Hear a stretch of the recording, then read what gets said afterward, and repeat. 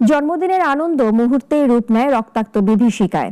রাজধানীর হাজারীবাগে জন্মদিনের অনুষ্ঠানকে কেন্দ্র করে কিশোর গ্যাংয়ের ছুরিকাঘাতে প্রাণ হারান এক কিশোর।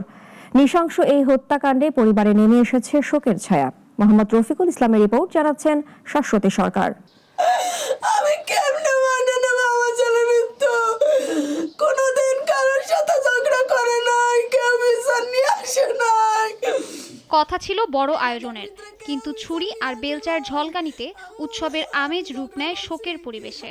জন্মদিনের পার্টিকে কেন্দ্র করে কিশোর গ্যাংয়ের হামলায় প্রাণ হারান 17 বছরের শিপন। হাজারীবাগ থানার ঝাউচর এলাকার সিয়াম স্কুলের গলির মাথায় ঘটে এই নৃশংস হত্যাকাণ্ড। নিহতের পরিবার জানায়, ঘটনার দিন নাজমুল নামে এক কিশোর ফোন করে শিপনকে ডেকে নিয়ে যায়। এরপর আর বাড়ি ফেরেনি সে। প্রত্যক্ষদর্শীরা জানান, প্রতিপক্ষ কিশোরদের ছুরিকাঘাতে ঘটনাস্থলেই লুটিয়ে পড়েন শিপন। ওই যে হ্যাপি নিউ ইয়ারের পার্টি করছিল সেটা শুনছি, কিন্তু ওই পার্টি নিয়ে তারা ওখানে গ্যাঞ্জাম হয়েছে, এই গ্যাঞ্জামের থেকে এখানে যাবো।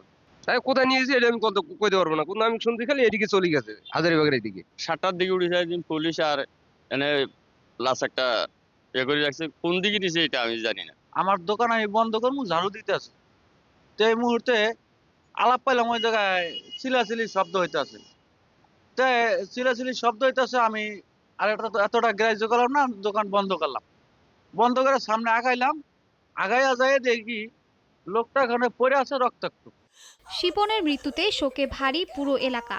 পরিবারের আহাজারিতে স্তব্ধ প্রতিবেশীরা। কিশোর গ্যাংয়ের এমন বেপরোয়া সহিংসতা মানুষের মনে বাড়াচ্ছে উদ্বেগ। ওরে এমন কোনো তুচ্ছ ঘটনার জন্য সামান্য একটা ধাক্কাধাক্কি লাগে। আমি যতটুকু শুনছি, একটা জন্মদিন পার্টিতে যায়, যে নিয়ে গেছে হারেস নামে একটা লোক, আর নাজমুল নামে ছেলেটা রাত 10টা থেকে ওরে ফোন দেয়। ও ছিল তো ওই যে সালিমদের ছাদে, ওইখান থেকে ওরে ফোন দিয়ে পরে তাড়াতাড়ি ওরে নিয়ে যায় হারেস সাথে। পুলিশ বলছে, আধিপত্য বিস্তারকে কেন্দ্র করে কিশোর গ্যাংয়ের সংঘটিত হত্যাকাণ্ড ছিল এটি। এ ঘটনায় কয়েকজনকে ইতোমধ্যেই গ্রেফতার করা হয়েছে বলে জানান তারা। এই ঘটনায় যে প্রধান আসামি মিজান, প্যাটিস মিজান নাম হয়, মিজানকে আমরা আটক করেছি এবং এর সঙ্গে আরো 3 জনকে আমরা আটক করেছি। সর্বমোট 4 জন আটক করেছি।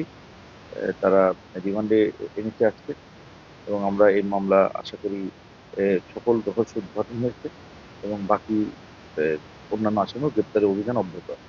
কিশোর গ্যাংয়ের সন্ত্রাস দমনে এখনই কঠোর ব্যবস্থা না নিলে পরিস্থিতি আরো ভয়াবহ হবে মত স্থানীয়দের। শাশ্বতী সরকার, নাগরিক।